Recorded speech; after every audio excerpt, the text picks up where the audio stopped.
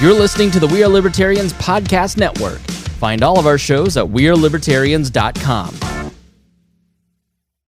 You're listening to the We Are Libertarians Network. Learn more at wearelibertarians.com.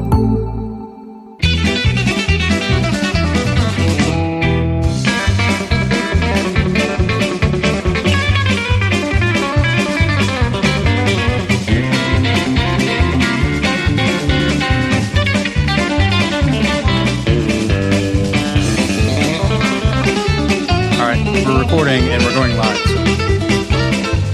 I'll let you know. You already hit the record button over there? Yeah. Oh, that is so rude. Boiler up, hammer down. Boiler up. There we are. We are live to the Patreon. Not the Patreon, the regular group now. BTFU, I think, is the that's what the kids say. So I'm sharing this to the world here. Live now. Kent, do you do Facebook? Are you a Facebooker? No, I'm LinkedIn. LinkedIn. Yeah, I got off Facebook about 5 years ago. Probably a smart move. Yeah, if it wasn't. Oh, it was. It was. If it wasn't for the show, it probably wouldn't. Yeah. I wouldn't be on Facebook if it wasn't for this. Well, there's just too many distractions, and some of the things that are posted on there, I don't have time for. Understand. That's why I joined the LinkedIn, more professional. There you go. All right. Well, we will welcome everybody to the Boss Hog of Liberty podcast. This is episode number 105 of East Central Indiana's favorite podcast. I'm Jeremiah Morrell. Today I'm joined by co-host Dakota Davis. Over on my right is Kade Koger, and we got producer Chris Guffey. Hello. Today's episode is featuring Mr. Kent Benson, who is a local hometown hero, a Newcastle legend. Kent played college basketball for IU. Not just played, though. He ended up leading a almost undefeated season. Season. Undefeated? Well, I'm talking about 74. 75. Yeah, you guys only lost one game that season. Mm-hmm. And then, of course, in 75 or the 76 season, you guys were the national champions. Undefeated national champions. Yeah. And no one's done it since 43 years. Wow. Oh, I didn't know that fact. Well, of course, you know more than what I do. You were there. So you also played 11 seasons in the NBA, and then also went and played basketball in Italy. So we're going to be talking to Kent about all of those things. And then we're going to be talking about the city of Newcastle, because even though Kent got to play basketball everywhere, even in Italy, he still came back to the city of Newcastle. So we're going to talk about that. Make sure you stick around to the very end to hear it. There we go. We do want to thank all of our Patreon folks that help support the show. You guys are what makes the world go around. This show is about our lives in rural Indiana. As always, we promise episodes can be a fun and an easy listen. Patreon thank you list. Yes, we need to thank all of you people that keep the lights on, keep the bills paid, and the internet running over here, and pay producer Chris Guffey's salary, which is 2% into my 401k of a zero salary. But if you invest it wisely. So thank you, Christopher Bilbrey, Brantley Spicer, Christy Avery, Jonathan Phillips, and Craig DeCosta. You guys are the top contributors on Patreon. Also, we want to pitch the Amazon wish list for a minute today. On the Amazon wish list, we do have some new equipment for video streaming to make this side of the production a lot better for everybody that's watching. You want to go from a 1-camera setup to a 3-camera setup, so that we can really test Chris Guffey and his abilities. And he'll be able to put graphics on the screen. He'll be able to play videos superimposed onto our video as it's streaming live. Can do all kinds of really cool things. So head over to the Amazon wish list if you want to contribute to that cause. You guys are running out of TV services to offer me. You have been paid. Originally, I was paying you just in Netflix, and tonight, really more for my convenience, I gave you my YouTube TV subscription. I added you to the family. Yep. And immediately my wife messaged, and apparently she got an email saying that Chris Guffey was added to our family. I also got an email. Because you're a lurker, too. But it was really for my convenience, because I'm like, I want you to play the game, and I don't want to give him my YouTube. So now with that laptop over there, he can cast it to the TV across the way, and we can watch the games. Brilliant. It's amazing. It's an incredible world we live in. Back in the day, Kent, if you wanted to watch a game, you had to get your rabbit ears out and watch Channel 4, right? Channel 4, absolutely. And I remember being the channel changers as well. You had to do it. Or the volume up. You had to get up and turn the volume up or change the channel. What do you do for TV nowadays? You have the cable connection. You got DirecTV. What's your what happens in the Benson household? Metronet. And I have the high speed internet as well. Yep. We run our entire all of this stuff runs on Metronet internet. Yep. That's the gigabit makes it possible. Yeah, fiber optics. Yeah, and at gigabit, we've talked about a lot of times about the things Henry County has and Newcastle has. That fiber optic makes it possible for us to do a high definition video podcast from downtown Newcastle, Indiana. Eventually, with 3 cameras. Eventually, a 3-camera setup. We're gonna keep pushing the limits. There's always some sort of a bottleneck. You don't know it's a computer or it's a computer. It's sound equipment or it's cameras. It's always improving. You're always pushing.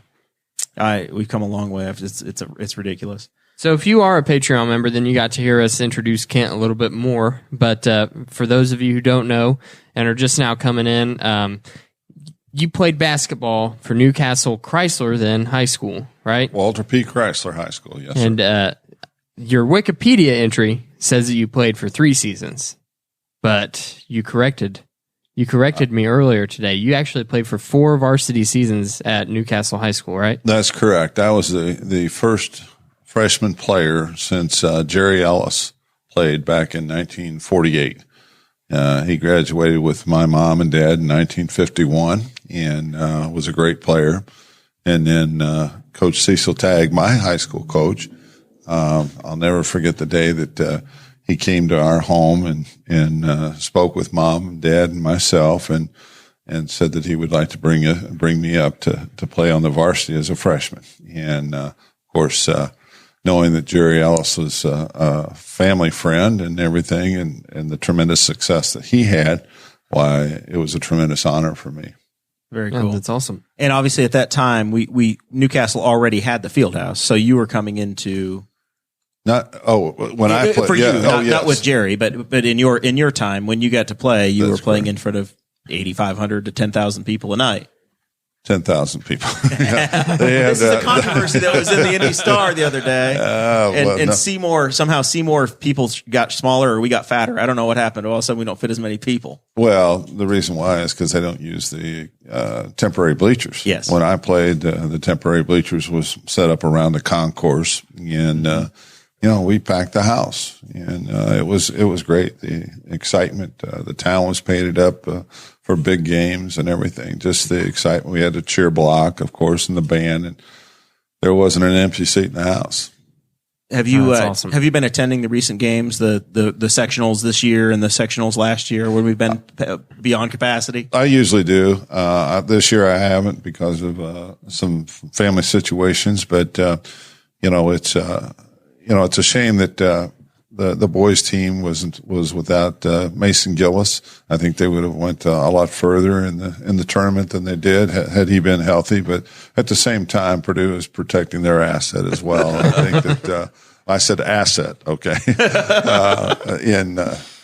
in Mason because he's going to be a great player, I think.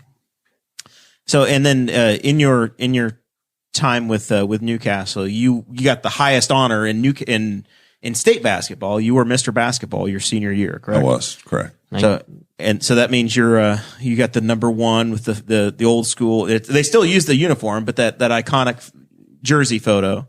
That's correct. And then you played the Kentucky game?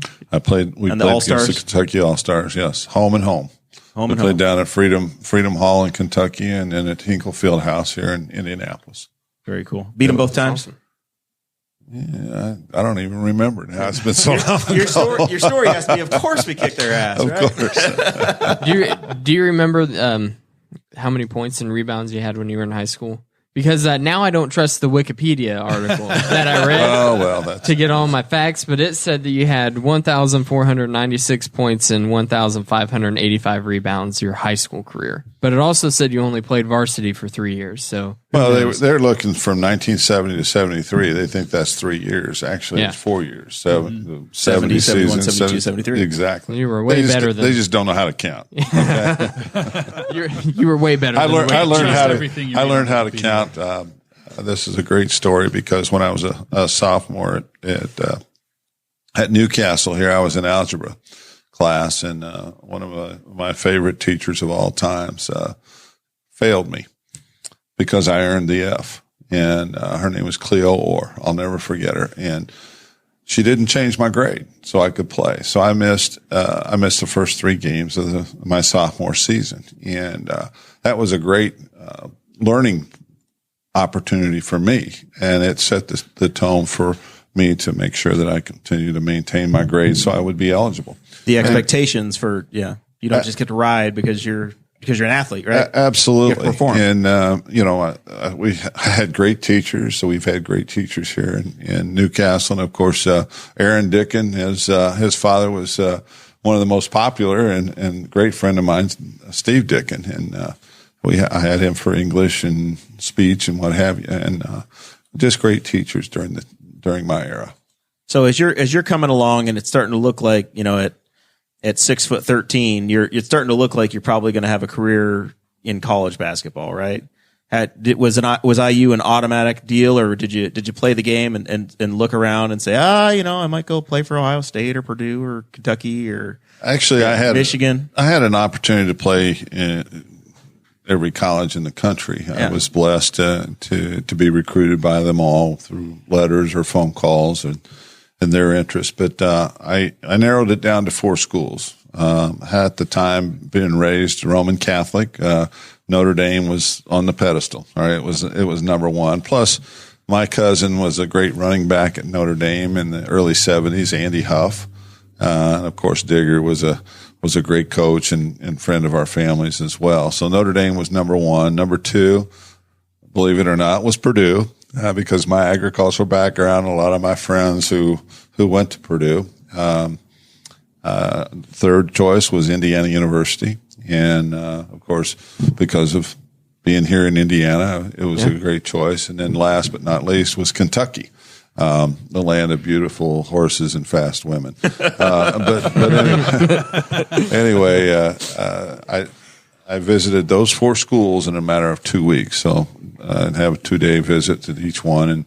And first I visited those in that order, Notre Dame, Purdue, Indiana, and Kentucky. And had a great visit at all of them. But once I visited Indiana University, I felt that was the ideal place for me with Coach Knight. And even more so, all the players that I had around me. I saw that I would be able to fit into the whole concept of what Coach Knight wanted to accomplish. So, and I don't know this. I don't know how the relationship was. Obviously, from a distance. At my age, as I was coming of age, Coach Knight was just finishing up his tenure at IU.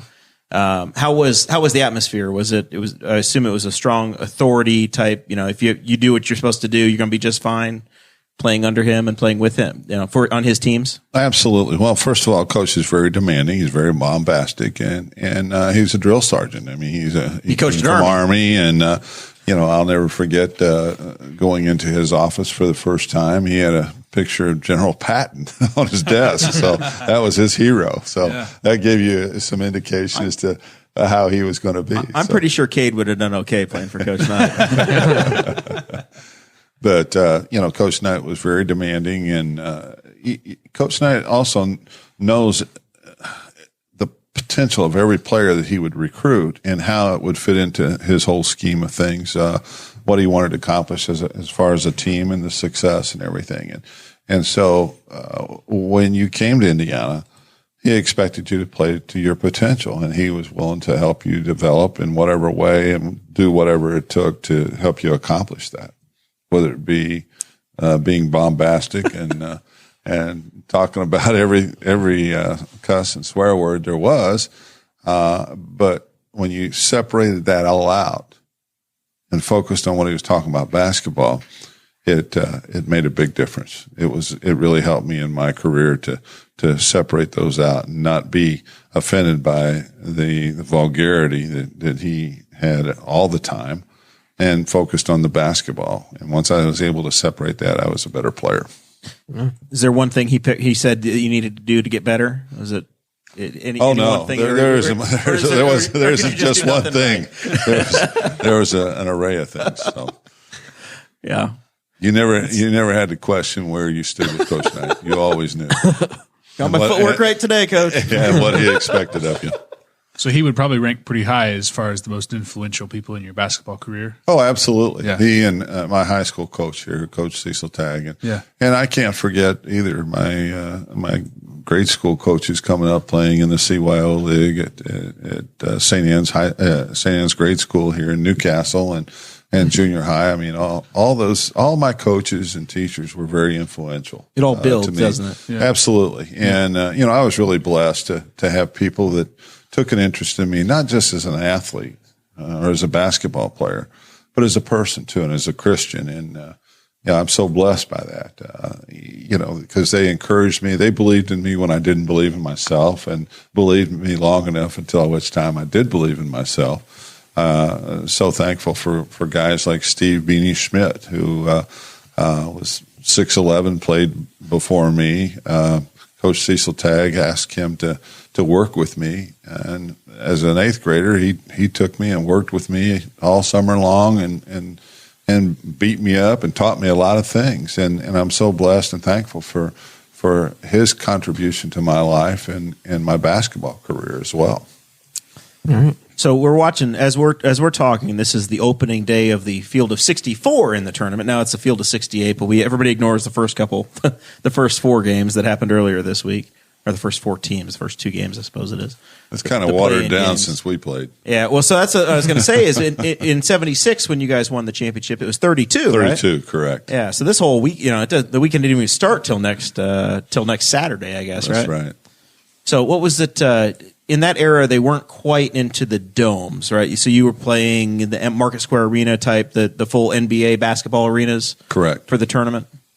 So Correct. you're playing in front of crowds that were similar to what you were playing at home in college. If you went to Ohio State or at IU Correct. or somewhere. Correct. We won the national championship in Philadelphia at the Spectrum, where the Philadelphia 76ers played.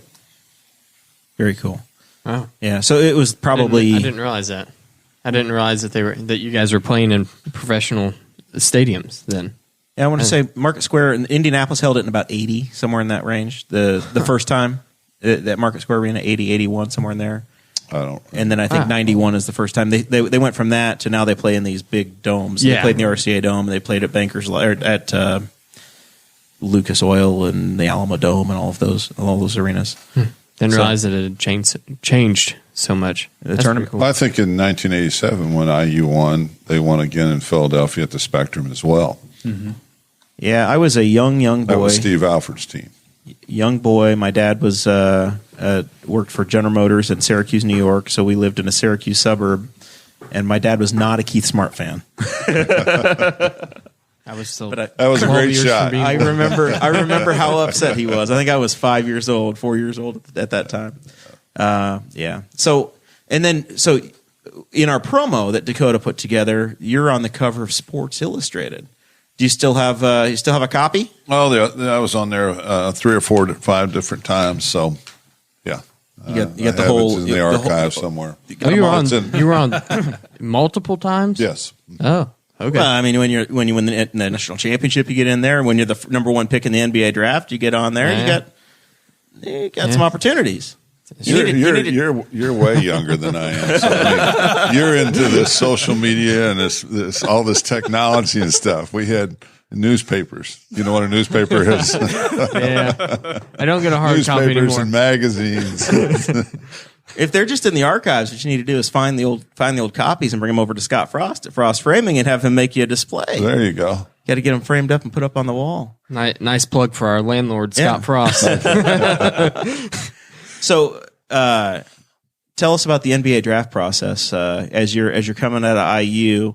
ESPN wasn't quite around yet, so you didn't have ESPN in your living room recording, watching as it went down. What were you at home? Were you in New York City? I signed 2 weeks prior to the NBA draft. Really? You already knew? I already knew. I had already signed with the Milwaukee Bucks and everything before the draft even took place. So, it's not all the pomp and circumstance and all the glam, all the lime and glitter and everything with the way it is today, with all the television and radio and internet and all that. It was just kind of a matter of fact thing. Did you just you go work out for the Bucks? They said, yep. And they said, we're going to sign you basically. And that was the extent of it. Well, it was more complicated than that because, the last, 4 games of my senior year, I took a charging foul up at Purdue, against Joe Barry Carroll, and, it injured my back. So I missed the last 4 games of my senior season. And because of that back injury, it sent up concerns for whether or not I would be healthy enough to play in the NBA, and if the Milwaukee Bucks were willing to take a chance selecting me number 1. And so I had to go through several physical examinations. I think there was 3 or 4 of them, different doctors to make sure that they weren't taking the word of one doctor, but all of them had to agree that I was healthy enough. And so that's kind of what happened there. And then once they found out that I was okay to go ahead and play, they made me an offer, and we went ahead and signed 2 weeks prior to the NBA draft. So you, going back to your college career, you weren't just good at basketball. You were 2-time academic All Big Ten. Kind of explain to me what that is. 2-time academic All Big Ten and 2-time academic All American, where your grade point average had to be, and I don't know what the limits were back then, but I think I ended up with a 3.57 average out of a 4.0. So you had to be an excellent student. And when you think about it, I graduated on time in 4 years. Okay. Mm-hmm. I have an issue with this 5 years and 6 years that these guys are playing now, but, it was very demanding. So you had to get your grades, and coach expected you to be in classes. We didn't skip classes. Did you go to Kelly School? Did you be a business degree or what? My minor in business. Okay. Yeah. So I had some business classes in the Kelly School. Yeah. But I majored in management of public parks and recreation administration with a minor in business, which basically gave me a degree that I could run public parks and recreational facilities. That's neat. Monty Conley, teacher Monty Conley, is in the chat. He said you were also on the cover of Car and Driver. Is that true? Or is he just pulling my leg? I don't know. Monty remembers it, so it must be true. He says, and the cover of Car and Driver. Okay. So I don't know. You don't remember a lot of covers. You don't remember doing a cover with a Ferrari or a Corvette or something awesome? Well, they don't make them for us normal size people. Well, they're great vehicles, but they just don't make them for us normal size. Normal size people. Right. There should be an asterisk by that if you could. Just like on airplanes, they don't make those seats for us normal size. What do you drive? I assume it's not a Miata. Cadillac. A Cadillac. Yeah. You take the 2008 DTS. Did you take the front seat out and you just sit in the back? No, the seat goes back far enough, and I also have a Chevrolet Silverado 4-wheel drive pickup. Very cool. Very cool. So you go, you get your first NBA contract. You go report for duty for the Bucks. I assume you're playing on the Robert Indiana court down there. Correct. So the Newcastle, Mecca. Indiana guy is on the Mecca court. Right. So that's very colorful. In fact, we had it. Aaron had it on the show. Aaron had it on the show. It's a beautiful floor. Yep. He had beautiful artwork as well. Very cool. So you want to tell us about the first game and the you would have made Sports Center. You and the Kareem Abdul-Jabbar and there was a little pushing and shoving, and then you got popped apparently. Well, I got sucker punched. Is what if you mean by pop? Yeah, I got sucker punched, but. If you look on YouTube, it's going to show me elbowing Kareem and him falling back, looking both ways to see the officials, and then he runs and comes up behind me and sucker punches me. But what they don't show, it makes me look like the villain that I elbowed him first. He started it, I'm sure. Right? Absolutely. Yeah. Well, he had elbowed me several times prior to that, and I was my first game, and so he hadn't scored yet. I had scored and out-rebounded him. And the ball, I elbowed at him, just saying, hey, if you're going to elbow me, I'm going to elbow you back. I'm going to stand my ground. And I was watching the ball come up the floor, And next thing you know, he comes up from behind me and sucker punches me.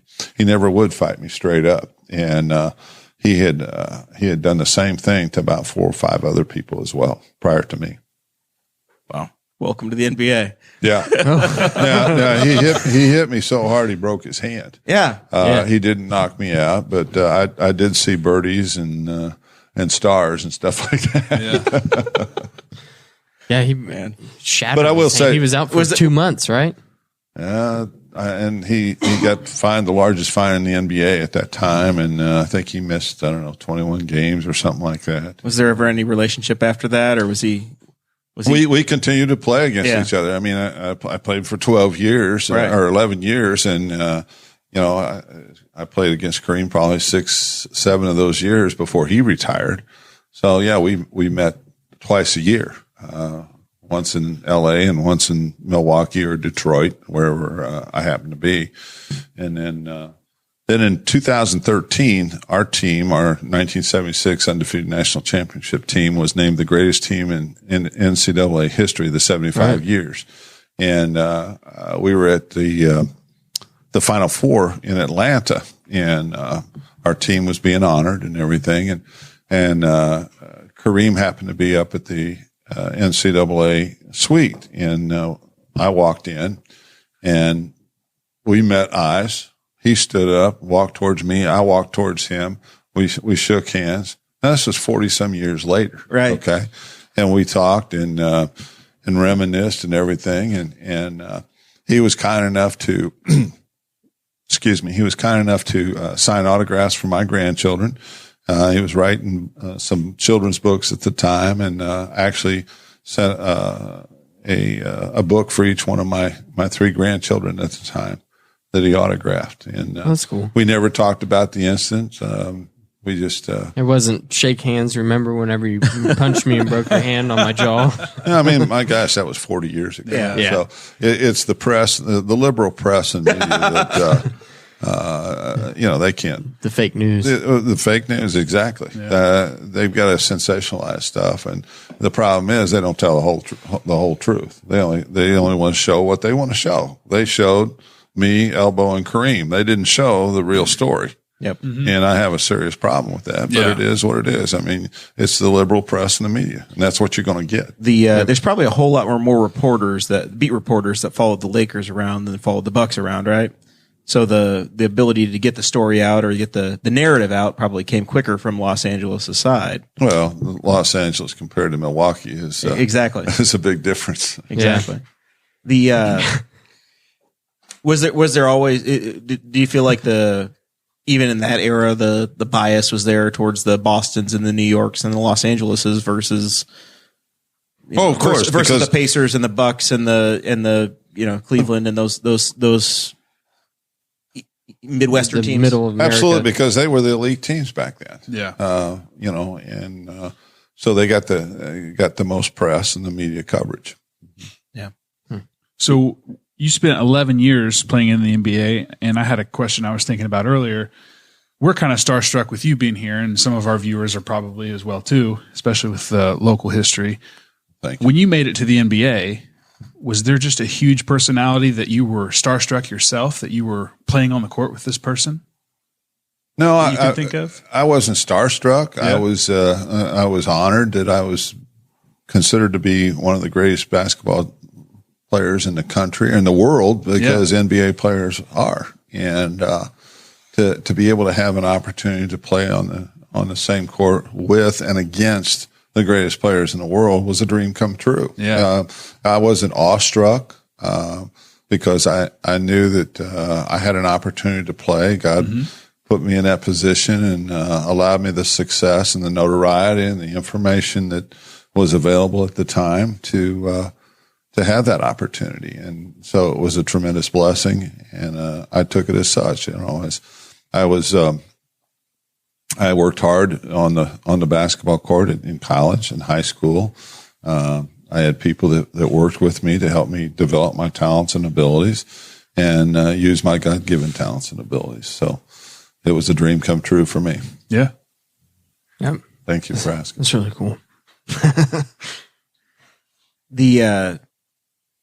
the NBA? How was the culture different? You know, from playing the collegiate era where it's, you know, there's no money. It's you're playing for your school and your team and each other to the NBA where it's a little bit more transient. Was it how did you feel that culture matched up? And was it joyful? I guess is what I'm trying to ask. At first, it was glamorous, yeah, but it became a job. I mean, it was a job. And in fact, in college, I had a job. My job was to get my education, get my grades, and play basketball. And so, even though we weren't paid to play in college, we were being paid our scholarship to play. And so then when you went to the NBA, it was a job. Yeah. And I took my job seriously and so thankful and blessed that I had an opportunity to play 11 years. Had an opportunity to play 5 more years in Italy, but my daughters were at the age at that time where they were starting to become involved in basketball and their school activities. And it was time. I had lived my dream playing pro basketball, and it was time for me to focus on my 4 daughters. Time for the family, right? Yes, man. Yep. So I want to talk. I want to talk a little bit about you playing basketball in Italy. How did that come about? How were you approached to go and play basketball in Italy? Was it something that you sought out to go play there? How did you make the transition? Well, I retired from the NBA and I moved to Bloomington, built a home. I was in my home for about 2 weeks, and I got a call from an agent that there was teams in Italy that was interested in me coming to Italy and playing, and they made me an offer I couldn't refuse. So I went to Italy and in pure Italian style. Yeah, and all of the pizza and breadsticks. Well, I tell you what, the Northern Italian cuisine was fabulous. I can't even I love imagine. Italian food, but so anyway, upon them contacting me, my wife and I went to Italy and toured it and met with the owners and the team members and everything, and felt that it was an opportunity to take advantage of. And so I signed with the team in Cantu. Cantu is a small farming community that made furniture, and the owner was big into all types of beverages and what have you. And it was about 40 miles north of Milan in northern Italy. And the casa, or the house that they had me live in, I could stand on my porch and I could look out and I could see the Italian Alps and the Swiss Alps. And we were only about 40 minutes from Lugano, Switzerland. So it was a neat experience. I did bring my family over for about 2 months. My wife was pregnant at the time with our youngest one, and her last travel date was December 31st, and so she was over there with with 3 of my daughters, and being pregnant then until December 31st, where they came back to Indiana, and I was there for till February, and had injured myself. I had injured my knee, and I kept playing on it to the point where I couldn't play anymore. I had to have surgery. So I came back to Indiana, had surgery just in time to be here for the birth of my 4th child. Hey, and Ashley, who ended up being a 2-time All-American volleyball player at Indiana University. Oh, nice. Yeah. Yeah. So, and she played professionally for 7 years. Oh, she played professional volleyball for 7 years. Yes. Is she still in Newcastle? Can we get her on the show too? She played a year in Puerto Rico, 4 years in Germany, and 2 years in Peru. Now, real quick. Now, isn't she back to coaching at IU volleyball? No, she's not. She assisted for a couple of years. Okay. But she's not involved with the IU program now. So she probably might have even been the assistant when our very own Newcastle Caitlin Cox went down there. Caitlin Cox came and played a couple of years with Ashley. Yeah. Before Ashley, absolutely. Caitlin Cox, great player, and won the state championship. With Newcastle, yeah. Graduated in 2008. That's the year I graduated, so. Yeah. So, did you watch the great basketball movie Tropic Thunder with Will Ferrell in the ABA? I did not. I was going to try to get your comparison between Tropic Thunder and playing in Italy versus playing in the NBA. Well, it's going to be some assigned homework for you now. You got to go get a copy of Tropic Thunder and watch it. There's a man was traded for a washing machine in that movie. Was it? There's really no comparison with the NBA, although there's several NBA players that played over there. I played against guys like Artis Gilmore, Bob McAdoo, Michael Ray Richardson, Gene Banks. I mean, there was a lot of Jeff Turner. I mean, there was a lot of NBA players that played in Italy, so it was very competitive.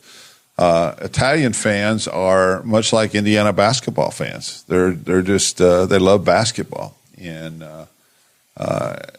they even painted up the town when we played rival teams. They would see us off as we go on a road trip and what have you, and they treated us like kings. Of course, when I went over there, I didn't go over as an ugly American.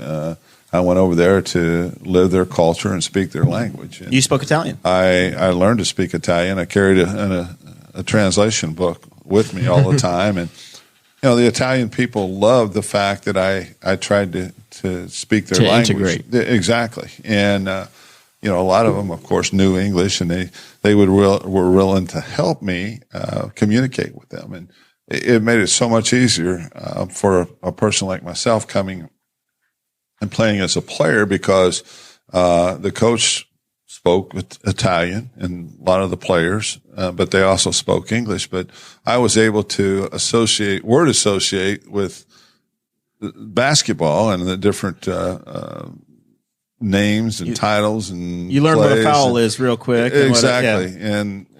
What the pick and roll is in Italian. Right. And so it was easy to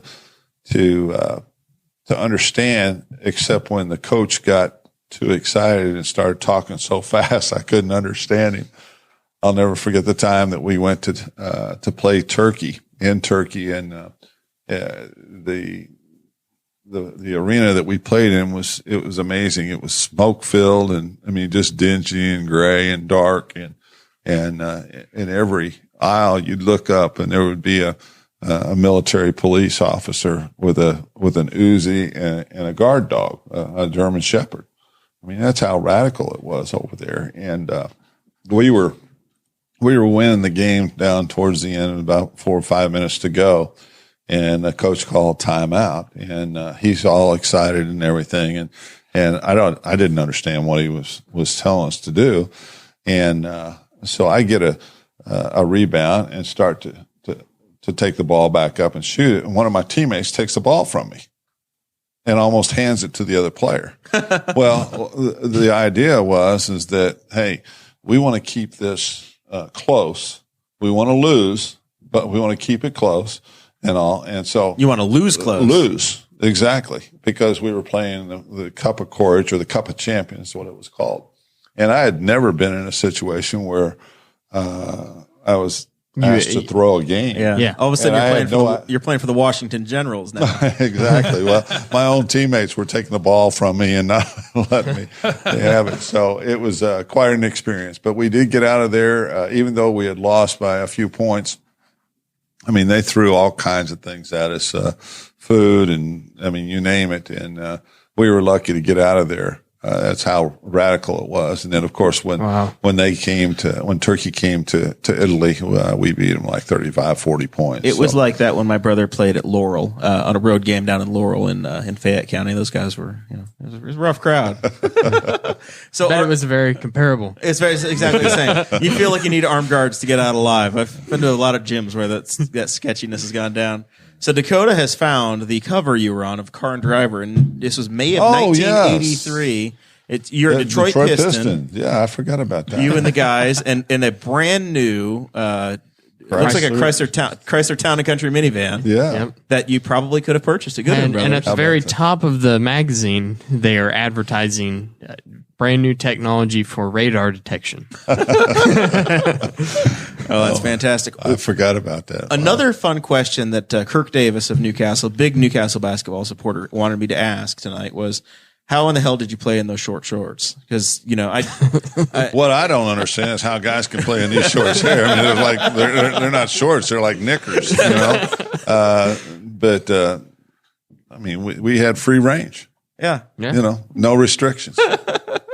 I believe that totally. I really do. I believe that it would be easier to play in the shorter shorts. Oh, absolutely. Absolutely. All right. Absolutely. So after the NBA, you started a business career, and you left Newcastle for a while to do this. You came back. What's the post basketball life like? When I retired from the NBA, I went to Italy. And, when I retired from the NBA, I went to Bloomington, built a home, and lived there. Spent a year in Italy. Came back, lived in Bloomington until my girls were all grown.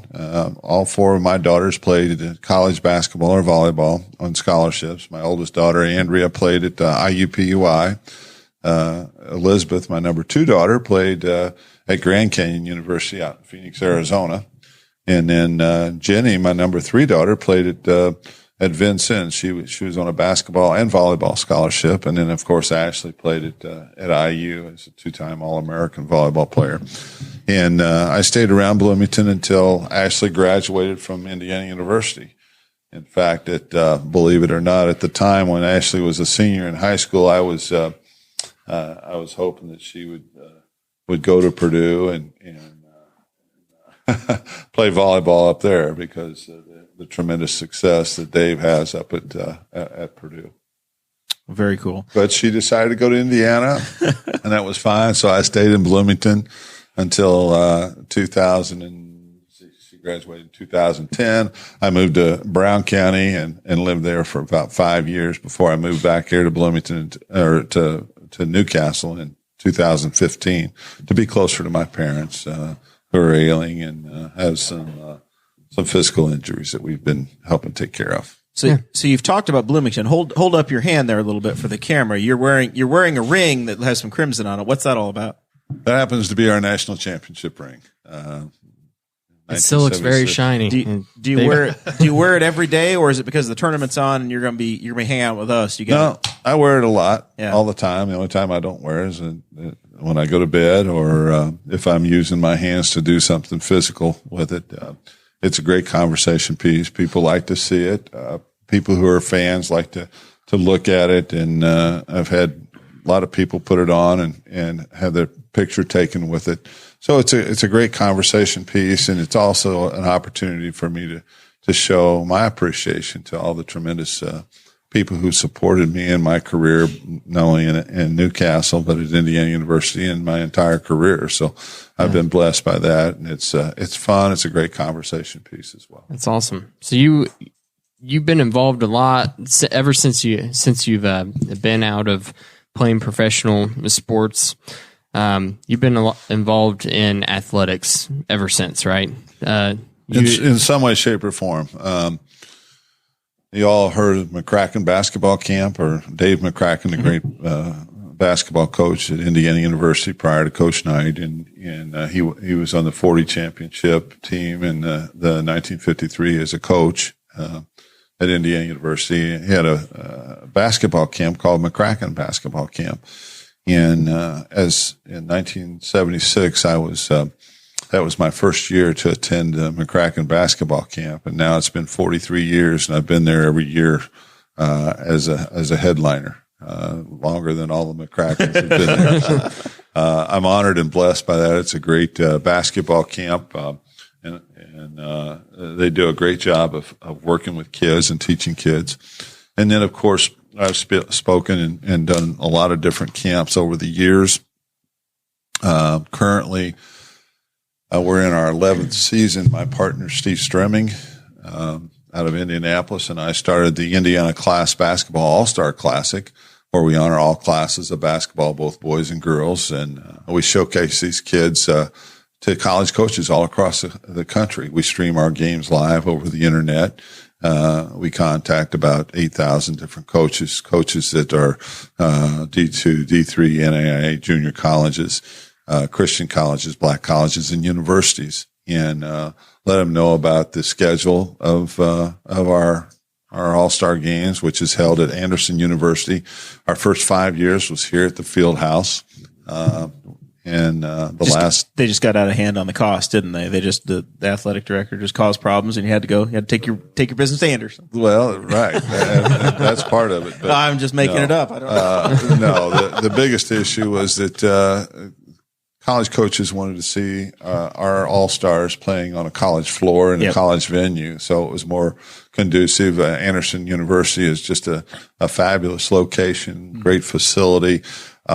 Central part of the state, easy access. I mean, there's just so many positive things, and they were very supportive of our cause as being a 501c3 not-for-profit, and the fact that we helped kids get scholarships. To give you an example, last year we had 3 kids come in with scholarships, and that was we have it over Father's Day weekend. It's Friday and Saturday, and then by the time kids started school in August, we had 37 kids with scholarships. That's amazing. Wow, that's awesome. It's exciting because these kids deserve it, and the reason why we started the Indiana Class Basketball All-Star Classic was because the IHSAA didn't do anything about the All-Star game. Balancing They just kept it the Indiana-Kentucky All-Star game, which allowed you 12 players, 12 boys and 12 girls, so 24 players. And most of those players are 4A kids. Yep. You have a few 3A kids, but it shunned all the smaller classes. And after about 9 years, 8-9 years, we decided we're going to change that, and that's why we started the. So do you get the coaches to show up, or do you do video, or how does the combination? We stream all the games live over the internet. Coaches are all made aware of when our event's going to be. Plus, broadcastsport.net archives those games so coaches can go back and look at them. Because there's a lot of things going on during that time. A lot of tournaments, a lot of Nike tournaments, AAU tournaments, and what have you. So by us streaming those games and having them archived, it gives college coaches an opportunity to look at our kids here in Indiana that are not only really good and talented kids, but great quality of kids as well. So you brought up character. You brought up class basketball. That's the first of the 3 radioactive questions in Indiana. So I'll ask them all of you back to back to back. Okay. You happy with class basketball? Well, you know what the new saying, what a Hoosier is? What's a Hoosier? A Hoosier is a basketball fan that doesn't believe in class basketball. I was going to say that'll light the phones up. But yeah, that's fine. It is what it is. It's here to stay. We know that, and that's why we made why we created the Indiana Class Basketball All-Star Classic. So our kids at the different levels of classes can be exposed to an all-star opportunity. Creates opportunities for all of them. Yes, sir. The other side is you kind of touched on it earlier. By attending Indiana University, you got your degree and you were on scholarship. There are folks that say college basketball or college football athletes should be paid. Have you weighed in on that? Is it do you have an opinion? Do you look at it and say, everybody? My opinion doesn't mean anything. They're going to do what they're going to do. The NCAA, the IHSAA, right, wrong, or indifferent. And, it is what it is. I mean, I invested. I didn't spend. I invested 4 years at Indiana University. Never got paid. I had a summer job that I had to work. I had chores I had to do before I could go out and play basketball. And if we could do it back then, there's no reason why kids can't do it now. The way I look at it. But it is what it is, and so be it. The final one of the other things that I'm involved with is an after school program that we started. It's called Bibles for Ballers after school program, and what we do is we work with kids grades 2 through 8, and we're in several public schools, Shenandoah, Daleville. We've had Concordia High School up in Fort Wayne. We've done LaPel. We've done a lot of different schools here. And so what we do is we work with Pendleton. We work with these kids, and the kids here in Indiana are really horrible fundamentally. And so we see a real need to help kids with fundamentals. So our first hour of this 2-hour after school 3-day camp, we spend an hour each day at the beginning of the session teaching the kids fundamentals. And then after that, we have a 15, 20-minute Bible lesson, or a speaker come in that will share their testimony or talk about their faith. And then the last 45 minutes or an hour, we'll spend with the kids playing games, all sorts of games, 5-on-5, 4-on-4, 3-on-3, knockout or dribble, whatever the kids want to do, whatever excites them. We give each kid a Bible. It's a Zondervan New International Version. It's got a basketball cover, and the kids just absolutely love that, and even take it to school with them.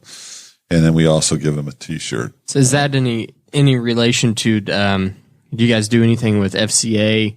Are a lot of your students that are in Bibles for Ballers, are they involved in FCA, or is it two totally different things?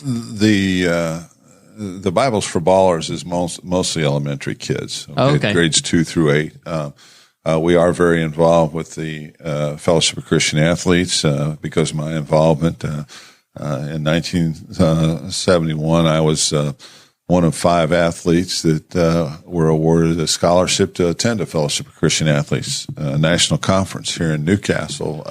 Or it wasn't here in Newcastle, but I was here in Newcastle then as a sophomore in high school. And that's where, I knew who God was, knew who Jesus was, but I didn't have a personal relationship with him. But it was through the Fellowship of Christian Athletes that I accepted Jesus Christ as my personal Lord and Savior, and I came back, was very active in the Fellowship of Christian Athletes huddle here in high school. And then, of course, when I went to Indiana University, I was president there for 4 years. Oh, that's good. And was named in high school, I was named Indiana State FCA Athlete of the Year, and then in college, the co-athlete of the year with Archie Griffin from Ohio State. So been very active and involved with the Fellowship of Christian Athletes.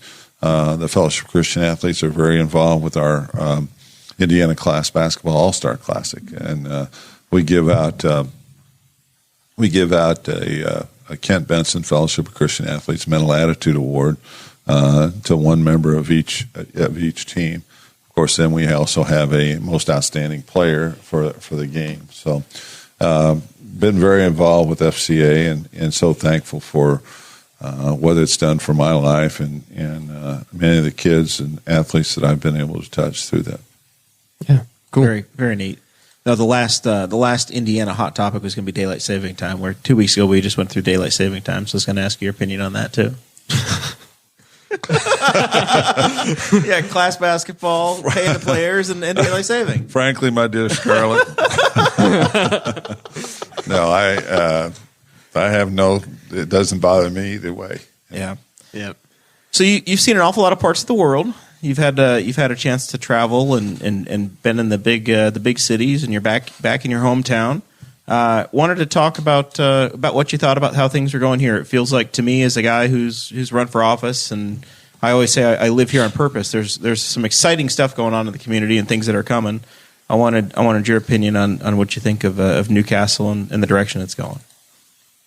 Well, first of all, one of the reasons why I came back, of course, I talked about my parents and all that was a big reason. But the reason why, I could have chosen to live outside of Newcastle and still be able to assist my parents, but I chose to come back to Newcastle, my hometown, because of the tremendous leadership that's been taking place with Greg York and the city council now that has, they're my age. We all grew up, and we remember what Newcastle was like when we were growing up. And I really believe that they're trying to bring it back to like it was back then, with all the great industry that they're bringing in, the merchants and what have you, the cleaning up the downtown.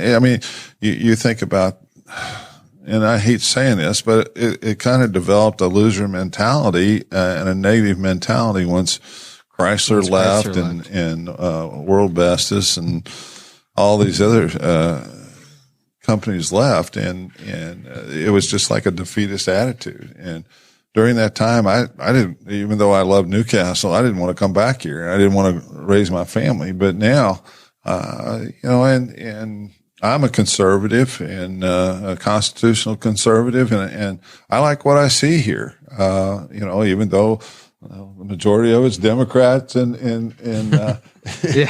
most of the city's in position, Democrats, but they're conservative Democrats. They're what the old Democrat Party used to represent. They're not liberals. They would be hardcore Republicans in California. Well, so national politics and local politics are kind of different. That's what we've talked about. And one of the things that this show has been good for is getting folks talking to each other that are on all kinds of different sides. Because from a local aspect, I don't care what you think about, federal taxation or whatever else. Cities, you want to make sure that you've got good paved roads and people have got jobs and the trash gets picked up and the water works. Those basic infrastructure things we can all agree on. Absolutely. Yeah. Well, I just have to say this, and Mayor York, Greg York, he's a year younger than I am, and several guys and gals that are on the city council, Rex Peckinpah and Lynn Perdue, and I mean I can go down the line there. I appreciate what they're doing. They're working to bring this community back, and yeah, they've got their challenges. Yeah, they've got their oppositions and everything. But you know what? It doesn't matter who's in office. There's always going to be opposition. Somebody's going to talk bad about you. But I want to say this.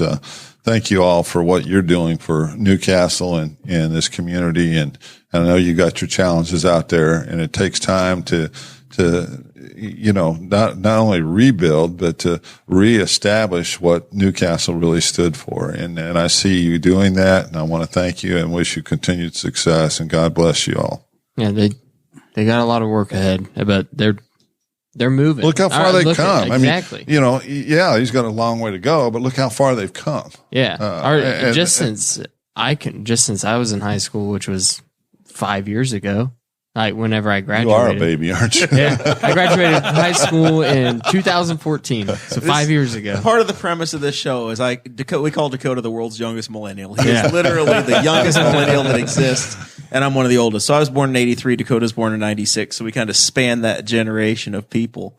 And it's But yeah, just since then, Newcastle has cleaned up a lot. Well, you should have remembered that Car and Driver magazine. Yeah, it was 2 months before my birth. I can tell you that Tom Sneva won the 1983 Indy 500, but I past that, I don't know. All right, so we need to talk a little bit about the NCAA tournament, then we'll start to wrap things up. How's your bracket looking? You know what? I've been so busy, I haven't really had an opportunity. I will tell you, my Final Four, I've got Michigan State. Okay. I've got Gonzaga. Yep. All right. I've got Tennessee, and I got Duke. That's pretty solid. Pretty solid. I've made a general rule in life that I will pick Michigan State every year, no matter what, just because every other year, every 2 or 3 years, they're in the Final Four. So I'm like, the hell with it. I've been burned too many times by Michigan State. I finally learned my lesson, and I just every single year, no matter what they do. You really burnt by them 2 years ago. I know. And no matter what, Michigan State's my champion every year. That's just that's a rule of thumb. Every time. I've got Duke winning it all. That Zion Williamson is just an animal. A lot of people in our impressive. So for the show, the Patreon group, Chase Payton set us up a fantasy league, I guess, bracket that all the Patreon members can fill out for free. So we were looking at that today, and there's like 3 of us that don't have Duke picked. That's because you're all homers, man. You have no originality whatsoever. Oh, Coach K is going to win. Shocking. So far, I'm in second place in our bracket. I got there's, as of this recording, it's about 8:15 on Thursday night. So it's the first day of the field of 64, and there was an upset. 5th. Well, it says 5th, but I don't know. There's about a 9-way tie for first place. It says 5th. Well, that's what it is. There are 6 teams tied right now, I guess, is what's happening. But I did have the 5-12 upset with Murray State, so I feel pretty good about that. Yeah, I was surprised about that, though. Yeah, Marquette's done. Marquette's been good all season long, and I was surprised about that. I lost that game. Kirsten Kronk has a question for you. She wants to know if there's a player that you think was particularly that was overrated or underrated. Anybody that sticks out to you as far as your career spans? Well, of course, over the course of my career, you saw a lot of players. Saw a lot of players, played with a lot of players, played against a lot of players, and in the era of Dr. J and Kareem Abdul-Jabbar and Moses Malone and Akeem Olajuwon, Larry Bird. Irvin Magic Johnson, Larry Bird. I mean, there's just so many great players. Now, I didn't get to play against or with Oscar Robertson or Will Chamberlain or Bill Russell, but when you look at all those guys that I've just mentioned here, based on statistics and everything, Oscar Robertson was probably the greatest player when you look at his statistics over his entire career. This is obviously, and go to the Indiana Basketball Hall of Fame. You can look at his statistics and everything. It'll tell you a lot about that.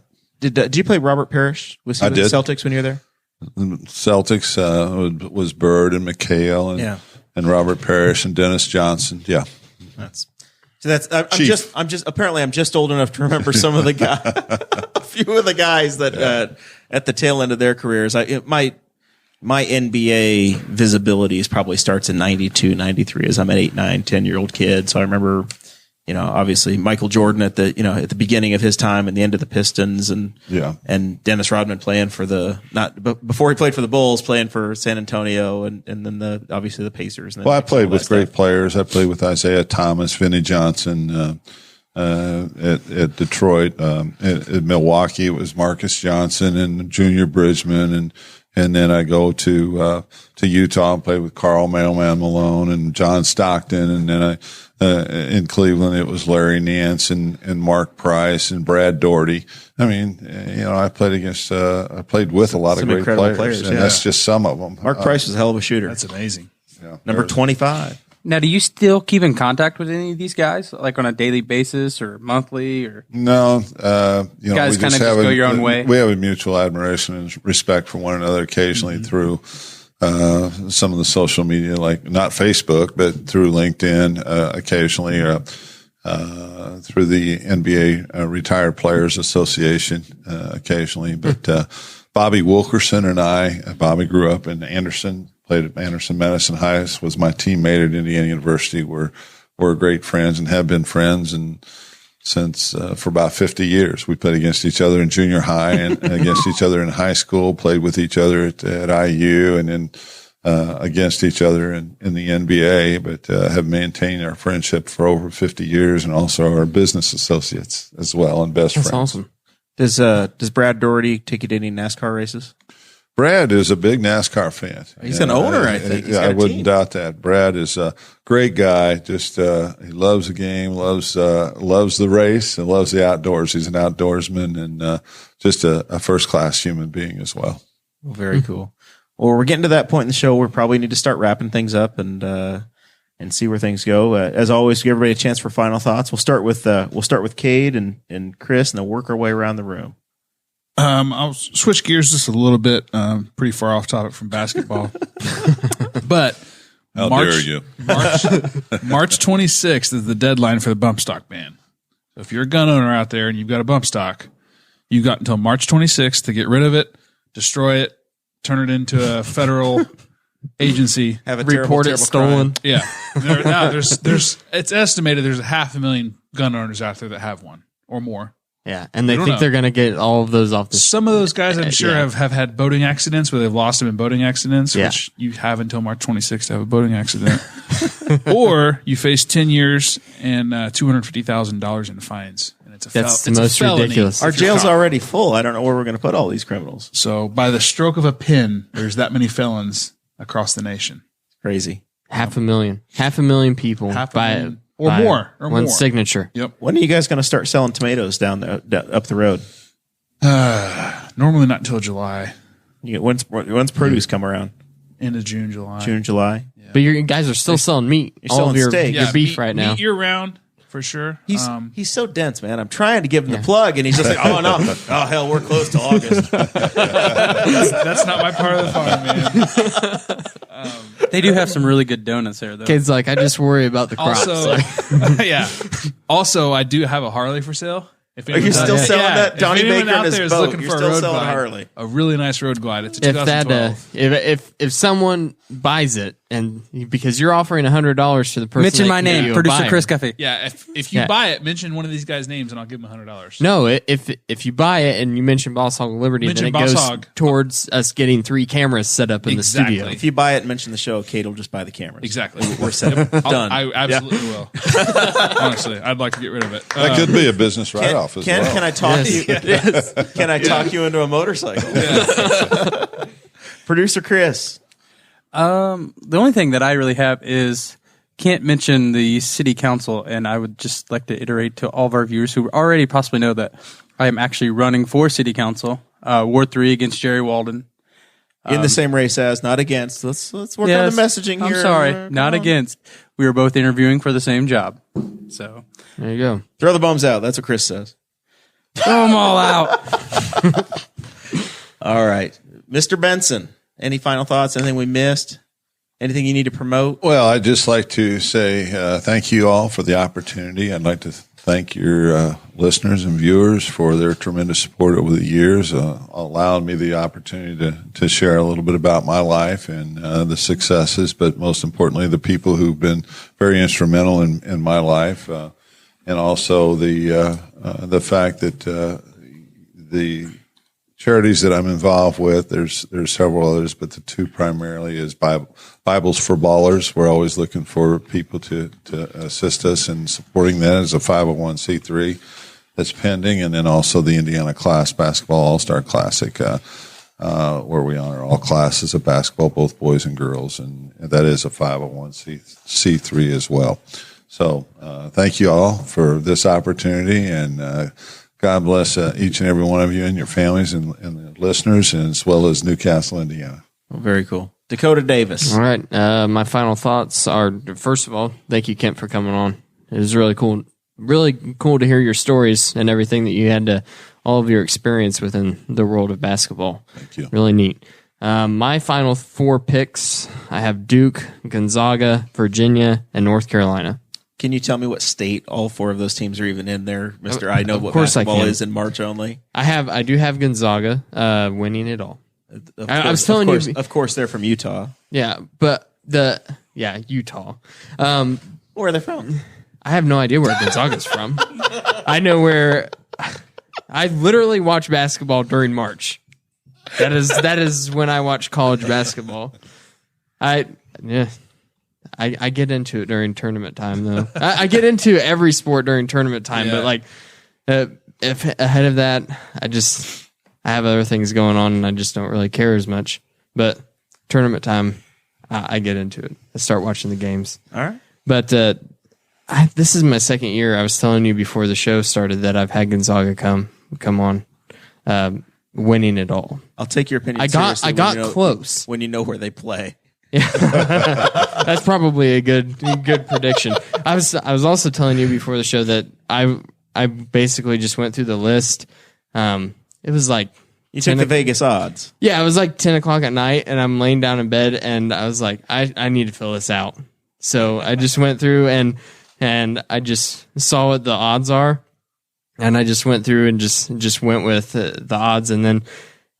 Of course, as you get past the initial round of games, the starting games, there are no rounds because there's too many variables, right? So they don't obviously your odds pickers don't go 9 through quintillion. Yeah, something like that. That's probably right. It is 9 for the quintillion. Yeah, for the perfect bracket, there's 1 in 9 quintillion. There's 1 in 9 quintillion. Is that serious? Are you being for real? Yeah, if you stack that paper to paper, it'll go to Pluto, the former planet, 9 times. There and back. There and back, 9 quintillion. Okay, but obviously that's way too many for even the greatest mathematicians in the world. So I was left to my own devices, and I was like, I have to pick. It's eventually you just have to start keeping your own lies straight. So you know what I did was ESPN's got this really nice thing where you can see basic stats. And basically I sat there for like an hour and a half and I'm looking up the stats for each individual team. You're going to get beat by somebody who picked them on uniform color alone. Your wife? Anybody. I'm just. It's your wife is kicking butt in the group right now. My wife is an IU graduate, man. She takes this very seriously. Far more than I do. Surprised me. I went to Indiana Wesleyan. We go, it's a commuter college. We don't have sports. Zachary Bertram just said that Dan Cummins went to Gonzaga. There you go. It's in Washington. Really? Washington State, yes. The Pacific Northwest. I had no idea. John Stockton is a Gonzaga from guy. Gonzaga. Yeah, absolutely. I just know that I've had them picked 2 years in a row based on their statistics alone. They've been... It's a numbers game. Spokane, Washington, I think. Yeah, they've been like the... for about the last 15... They're kind of like Butler. Butler and Gonzaga are very similar in their mid-major to the top of the... Obviously, Gonzaga's maintained it better than Butler has, but over the course of time, they've gone from that mid-major to the top. Sarah's mad at me now because I said she she doesn't know anything more than uniform colors. He's the one that said uniform colors. I wasn't inferring my wife. You thought I was talking about my wife. I meant Chase. All right. Final thoughts from me real quick. Some housekeeping things. Next week, the show is on Tuesday. That's right. Not on Thursday because you're jet setting off, I think. Is I'm that right? leaving. Well, Thursday, yes. I will be on a cruise and not having to worry about anything while my brother-in-law stays at my house with my dogs and all of his guns. He doesn't have guns. I have guns, but they're still in the same house, I guess. So yeah, meaning to say you don't have to worry about them Sulphur Springs blackouts. You got to turn on my power, huh? So show next week is Tuesday. The following week, Dakota's not quite back yet, and I've got some travel coming up. So we're taking the first week of April off. First time since. I don't even know when you're going to have to go Boss Hog of Liberty list because we're taking the week off. We took a week off last fall. It's for been vacations a while. as well. It's been a while. Yeah. So there you go. Thank you guys so much for listening and supporting the show.